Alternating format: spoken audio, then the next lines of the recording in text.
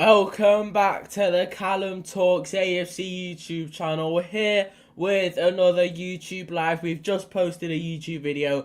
It's been 2 days since Arsenal progressed to the quarter-finals of the Champions League. We are going to be facing Sporting in the quarters. Bodo Glimt completely bottled it. They were 3-0 up in the first leg, and in the second leg, they capitulated just like Newcastle did. 5-0 to Sporting. They will face us in the quarterfinals, and if we were to beat Sporting, we would either face Atletico Madrid or Barcelona's in the semi, which is very, very, very nice. Because honestly, if there's 4 teams there in the semis that we could have faced: Atletico Madrid, Barcelona, Spurs, and Newcastle. In all honesty, I would rather face the Spanish teams rather than the English teams. Maybe a Spurs, but definitely not a Newcastle. Not in terms of the quality, because in terms of quality, I do think we can beat this Newcastle side. But English teams just know how to play against Arsenal. St. James's Park in a semi-final would be absolutely dreadful. But luckily for us, you know what? I say luckily for us, we just need to focus on getting over the line in the quarterfinals. Actually, no. We've got to focus on the final on Sunday. We need to take it game by game, especially now that it's in March. We're approaching April. The international break is upon us. It's big, and yeah, we just got to take it game by game because there's a lot of trophies on the line. There's a lot of games to be played.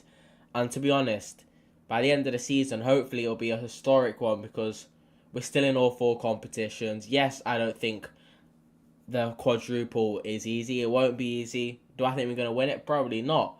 But have we ever been in this position? No. So don't take it for granted. Embrace it. Enjoy the moment that we are in right now. We are the best team in England, and the Champions League proved it. So just embrace it. If you're in there, boys, make sure you hit that like button, subscribe, turn on notifications so you never miss another YouTube live. Let's just get straight into it. So, yes, I'm aware that the Champions League game against Leverkusen was 2 days ago, but I wasn't live yesterday, and I do apologise. So we are going to be debriefing 2 days ago what happened, and as you can tell by the title, Eze shines. Is Declan Rice the best centre mid in the world? Bruno Tonali? For me, I would go for Bruno Guimaraes. Yes, I know Tonali has got the age like in his favour. He is 26, I think he is. I'm pretty sure he is. Nottingham Forest are winning 2-0. So that means they're going through. Tonali. So Tonali is 25. Okay, 25. And Bruno's 28. Yes, I could see about the age. But I just think as an overall player, I would go for Bruno. Maybe in terms of what they could offer in the future, maybe you could go for Tonali. But we're not here to talk about that. We made a video on it, so if you do want to go check it out, make sure you go watch it, hit the like button on that video. But on today's YouTube live, also if you're in a horror, I remember you last time and you haven't disappointed me because you are back. Make sure you hit that like button. So I just want to start off by talking about Eze. Crystal Palace fans have told us countless times that Eze is a very inconsistent player, but March to May Eze is on another level. And to be honest, I didn't really know if I should believe them or not. And I should have. Because March to May Eze so far has been insane. Since that Spurs game, yes, I know it was in February, but since that Spurs game, he's rarely put in a bad performance. And if he doesn't get the goals or assists, he will just put in 110% effort. And that is what you like to see. That is what Mikel Arteta demands in his players. And Eze's starting to get the groove of it, get the feel of what it's like to work under Arteta. And yes, it has been quite a while, 6 months, to really gel into this Arsenal side. But you have to understand the difference between Crystal Palace and Arsenal Football Club is just another level. In terms of Crystal Palace, you could put out 3 stinkers in a row.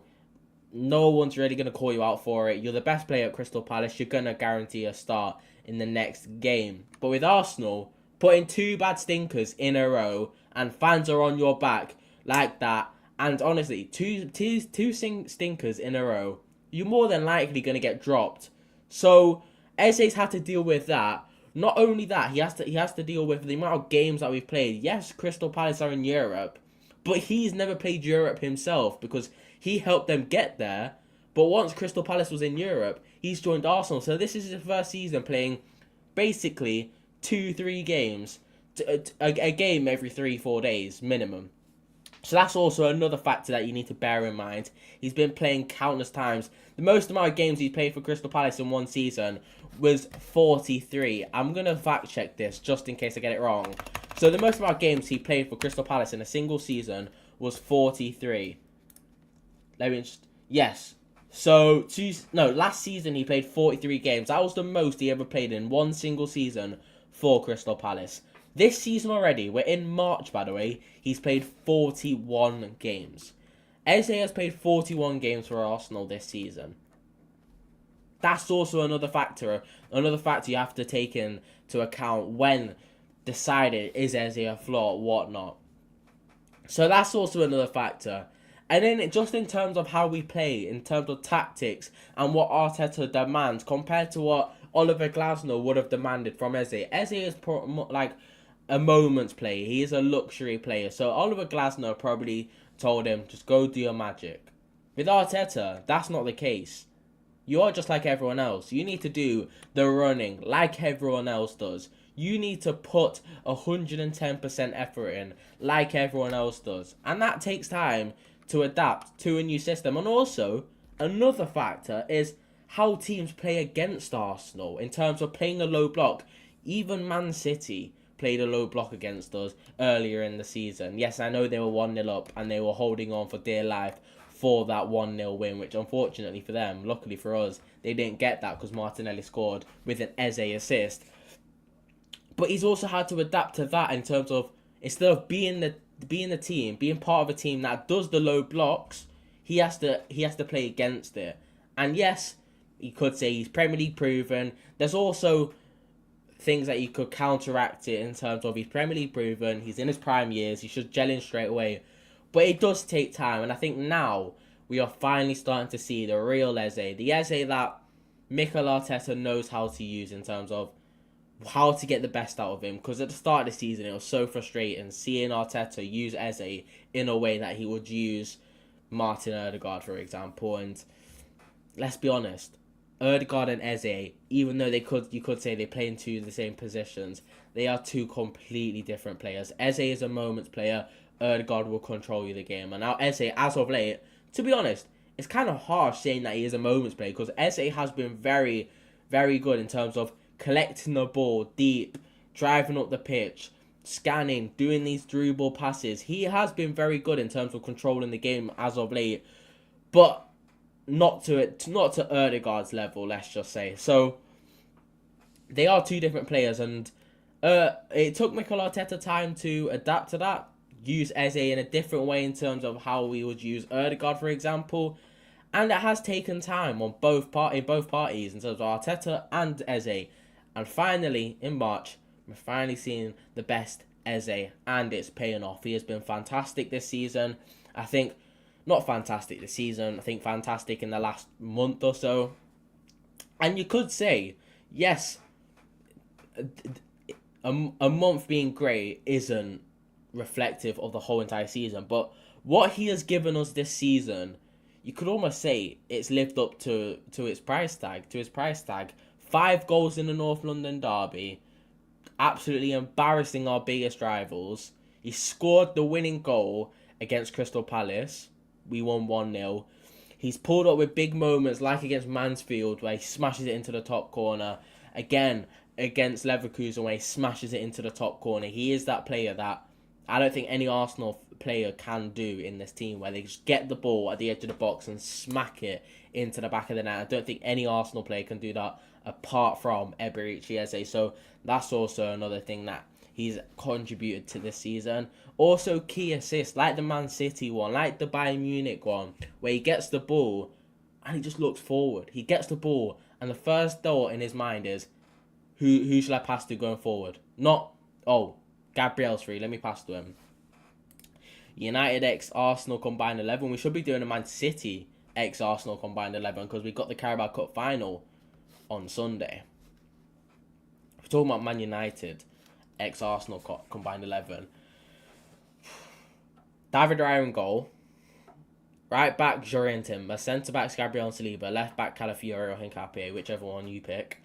Centre mid, midfielders, I'm going to go for Zubimendi, Rice, Bruno Fernandes, Saka, Gyökeres, Cunha. Probably. That's probably what I'd go for. Boys, if you are in here, make sure you hit that like button because it will support the stream massively. We go live near enough every single day. And if not, don't worry. I will never miss 2 days in a row. So make sure you hit that like button and subscribe. Turn on notifications so you never miss another YouTube video. But yeah, so we've spoken about Eze so far. Now, the question is, Hora, I'm going to ask you this question as well. Is Declan Rice the best midfielder? Let's not just go for centre mid. Best midfielder in the world this season. I'll let you talk to me first. Then I'll give you my opinion. Is Declan Rice the best midfielder this season so far? In terms of consistency, form, ability, overall game, what he's offered, key moments, all of the above. Is he the best midfielder in the world? Because for me, I wouldn't say it's simple, but for me, he's up there. He is up there, without a shadow of a doubt. Boys, if you're in it, make sure you hit that like button and subscribe. We're trying to hit 1,000 subscribers by the end of the season or the start of the World Cup. And also hit that like button because it will massively help the stream. Yes, he gives 8 out of 10 in every game, at least him and Pedri. I agree. There you go. Now, yes, you could add Bruno Fernandes to this conversation, but I'm going to exclude attacking midfielders. I'm talking about Declan Rice's position, so an 8 or a 6. Those two positions. And I do agree with Hori. He says he gives him he gives an 8 out of 10 every game. That is pretty accurate. He does give at least an 8 out of 10 week in, week out. And he's been superb since the start of the season. And one thing that he has above majority of the midfielders in the world is availability. Now, I know if you talk about Declan Rice, the first thing you're going to say is not availability because he has so many qualities within his game. Barca are going to destroy. What do you mean, bro? Make sure you hit the like button, by the way, boys. If you are in here, hit that like button. And subscribe, turn on notifications so you never miss another YouTube live, short, or video. So hit that like button because it will massively support the stream. And we're trying to build our community. So if you want to be one of the first, the OGs, before I go big, then, you know, you don't want to miss out, do you? But yeah, Declan Rice, I know he has so many qualities, so availability isn't the first one that you're going to point towards. But availability is huge in terms of when your team needs you, are you going to be available? Pedri this season has been very on and off with injuries. I'm pretty sure if I go on transfer market, I can check how many injuries he's had this season. Because I feel like every time I watch, it's always like he's coming back from injury or, you know what I'm saying? So, let me just check. Pedri. If I go on... How do I check injury history? So Pedri this season has missed about 72 days due to injury. Pedri has missed 13 games due to injury this season. Last season, he only missed 3 games. So last season, he's been missing quite a few games. Barca are going to destroy Arsenal in the semi. Let's hope they get there first, mate. Let's hope they get there first. 1 Rice, 2 Bruno, 3 Gabriel for PFA Player of the Year. Now, that's another conversation that we should probably dive into in this YouTube live, because all my days, the discourse I've seen in recent days has been absolutely ridiculous, because I think there's only one clear answer. Now, don't get me wrong. Bruno Fernandes has been brilliant this season, and if he does break the assist record, credit to him. But these are the same Manchester United fans that were hating on Arsenal for set pieces. If you are to take away Bruno Fernandes' set piece assists, I'm pretty sure he is only on 7 assists. So they are being hypocrites. So then when I call it out, I get Manchester United fans in my comments going, well, the corners that we score are rehearsed. The corners that we score look good. What? Like, how does that make sense? How does that make sense? You can't hate set pieces for one team, but when it's your own team, you can love them and then use that as like an advantage towards your argument in terms of PFA Player of the Year. I think it's ridiculous, but don't get me wrong. I think Bruno Fernandes is up there. But at the start of the season, where was he? Where was Bruno Fernandes at the start of the season? Yes, he's come to light basically since 2026, basically since Michael Carrick came in charge. But Declan Rice has been doing it from August to now. He's been consistent week in, week out. I think you can only name a handful of games where he was below average, not even bad, below average. Because even when we've drawn games, Declan Rice has been that standout player where he does not disappoint. You always know what to expect with Declan Rice, even if we play bad. So you can get a handful of games where Declan Rice has been below average this season. I think you could get more than a handful of games where Bruno Fernandes has been poor this season. And Manchester United fans will tell you, because at the start of the season, they were calling out for Amorim to stop playing Bruno Fernandes in that 8. It was not long ago where Bruno Fernandes was either going to play in the 10 or get dropped because he was that bad in that 8 position. So, I'm just saying, yes, I know.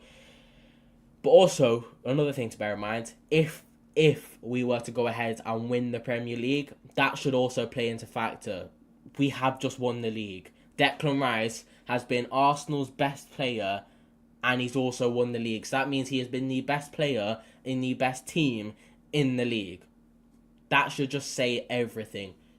PFA Player of the Year. That's, for me, he should be winning PFA Player of the Year. If he doesn't, I don't know what to say. I do think he will, though, because he's also contributing with goals and assists. I mean, he's got 9 goals and assists in the Premier League, 29 starts in 30 matches. The only game that he actually missed was the Aston Villa game where he picked up, he had a swollen knee from the Brighton game previously, I'm pretty sure it was. So, no, was it the Brighton game?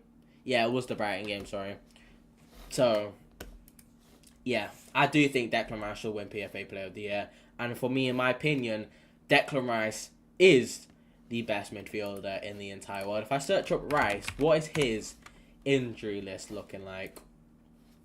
Because we've seen Pedri. Pedri has missed 72 days due to injury this season. He missed 13 games. If we go to Declan Rice,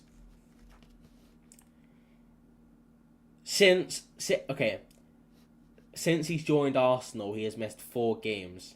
Last season, he had a broken toe and he missed 16 days, which meant he missed 3 games. Also, I'm pretty sure we were lucky because I think we had an international break in between. That's why he didn't miss that many games. But this season, he had a knee issue, which meant he missed 1 game. Like, come on now. He's literally missed 5 games in his entire career due to injury. And when he was at West Ham, he missed 1 game because of illness. Yeah.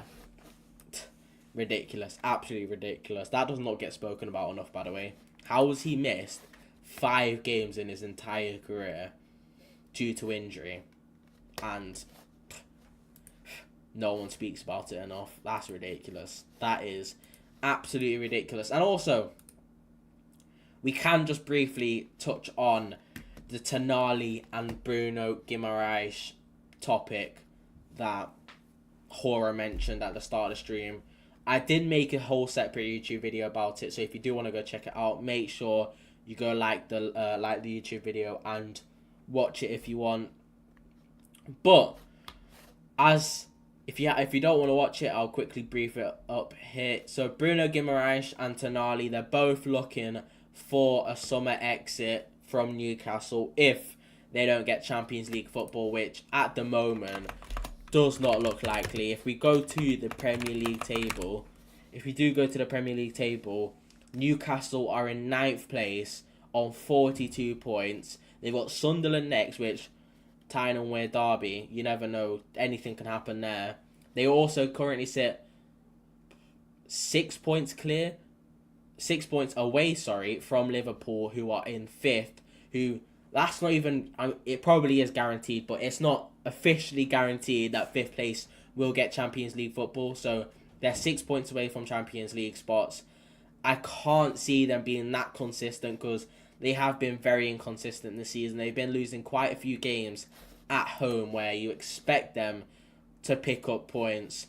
So I don't think Newcastle will get Champions League football, which ultimately means either Bruno or Tonali will leave in the summer. Now, reports have said that basically Bruno's camp and Tonali's camp are fighting to get a move out. It's basically a race. Who's going to go out first? Who's going to get that transfer first? Because if Tonali leaves, Bruno won't leave. And if Bruno leaves, Tonali won't leave. And they both want to play Champions League football. But Newcastle can't afford for both of them to leave. And if they want to be a successful, massive club like they want to achieve and become, they can't afford to sell both of them, let alone one of them. No, they can't. They can't afford to sell one of them, let alone both of them, because that's just a step backwards. What is Bruno G good at? I don't watch him. Trust me, bro. You need to watch him. Yes, he's not good on the eye. Yes, he's an absolute twat. But Bruno Guimaraes is arguably top 3 centre mids in the centre mid. He's not already a centre mid. You could say top 3 midfielders this season. I would argue in the entire Premier League. I think the work rate, the ball ability, what he does on the ball, like, he's been phenomenal for Newcastle this season. He's been their only shining light in a dull season for Newcastle, and you can tell. Yes, I know they got a 1-1 result against Barcelona in the first leg, but since Bruno's been out, since Bruno Guimaraes has been out, they've been struggling. They have been struggling. Yes, they've been struggling the entire season, but struggling more. And I know I don't want to go back on it, but I'm going to go on the injury list to see Bruno Guimaraes', if I can actually check it. I don't think I can for some reason. But I've seen stats where Bruno is literally, he doesn't get injured essentially. Bruno just does not get injured apart from this one time. So he's picked up a hamstring injury, which he's missed 10 games for Newcastle. But since then, he picked up 2 injuries in the 22-23 season, which was almost 4 years ago, which kept him out for 6 games. So before his hamstring injury, he's only missed 6 games in about 4 to 5 years for Newcastle. So he is very reliable in terms of availability. He is heavily wanted by United. Casemiro recommended him to United's board. Yeah, I know, because Casemiro's obviously requested that. No, he's not requested. He's confirmed that he will be leaving in the summer. And obviously the Brazilian to Brazilian, and Casemiro probably knows the quality that Bruno has to offer. So Manchester United are obviously interested in him. Now, for what we want, probably could say Tonali, in terms of a profile, is probably more suited to Arsenal in terms of what we want in a midfielder. We need someone that can replicate what Declan Rice can do, and I think Tonali is just that. Boys, if you are in here, make sure you hit that like button and subscribe. If you don't want to subscribe, just at least hit that like button. It's the least you could do. It supports you massively and it'd be much appreciated. And if you also do want to subscribe, we're on the road to 1,000 subscribers by the end of the season. So if you can get that, that'll be much appreciated. So hit that subscribe button and like the stream.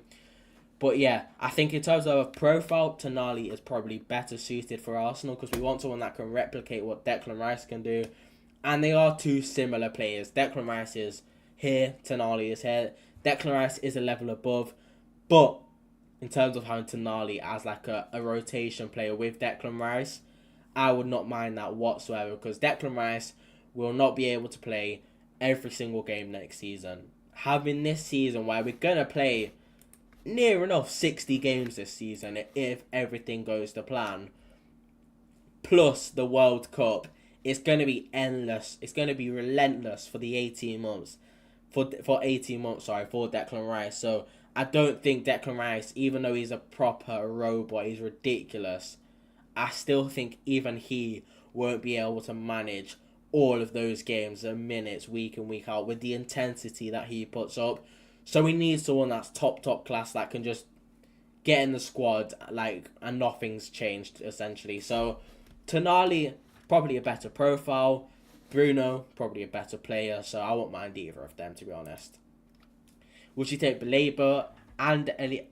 Do you mean, would you take Baleba or Elliot Anderson, or Baleba and Elliot Anderson? I mean, obviously I'll take both, but if you were telling me to choose one, it'll be Elliot Anderson any day of the week. Baleba's been so poor this season. I won't call him a one-season wonder, but it's starting to look like he's been a one-season wonder, because ever since he didn't get that move in the summer, he's been so poor this season. There's been countless times this season where he's been hooked off in the 45th minute at half-time. I mean, there was one game, I'm not too sure, I think it was the Bournemouth game where he started, and was it the Bournemouth game? Don't think it was the Bournemouth game. There was one game where it was completely shocking what happened. I think it was the Aston Villa game. Against Aston Villa, he started, played 22 minutes, got a yellow card and got subbed off in the first half. That is not a great look, is it? So, for me, I'll take Elliot Anderson. Boys, if you are in here, before I do end the stream, it would be much appreciated if you could like the stream. It's the little thumbs up right below me. If you could like it, it would be much appreciated. And also subscribe, because we're on the road to 1,000 subscribers by the end of the season, the start of the World Cup, hopefully. So, yeah, much more content coming your way. So if you could subscribe and like, it'd be much appreciated. But that will be the end of the Callum Talks AFC stream. We'll be back tomorrow. So tomorrow's Friday. Tomorrow we'll be just talking Arsenal once again. Saturday, we will be doing the match preview for the Carabao Cup final on Sunday. And then Sunday, potential watch along with the match reaction, as always, after the game. So we could do a watch along for the Carabao Cup final. If not, I'll be back straight after the game for the match reaction. It is the match reaction, so make sure you don't miss it. Hit that subscribe button. I'll be back tomorrow at 7 p.m, so make sure you're there. 7 p.m. tomorrow UK time. I'll see you all. I appreciate you for tuning in, man. I appreciate you, man. It means the world, bro. Thank you so much. Thank you, everyone. If you are late here, make sure you just like the stream, because that'll be much appreciated. Goodbye, horror. Make sure you like the stream, subscribe, turn on notifications, because we're trying to grow the community as big as we can. And yeah, thank you everyone for watching. It's been a good stream, and I'll see you tomorrow. Bye-bye.